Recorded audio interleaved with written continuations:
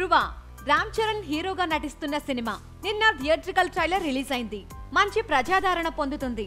ఈ సినిమా తర్వాత next cherry cinema Sukumar దర్శకత్వంలో ఒక పీరియాడికల్ విలేజ్ బ్యాక్ డ్రాప్ లో దీన్ని తీస్తున్నారు.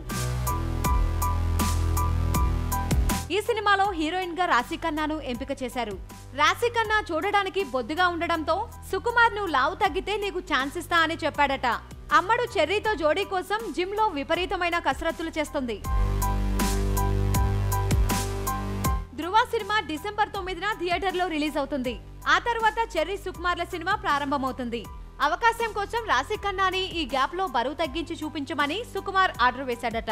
చూద్దాం రాశిఖన్నా ఎలా కనపడుతుందో. దీనిపై త్వరలో ఒక క్లారిటీ వస్తుంది.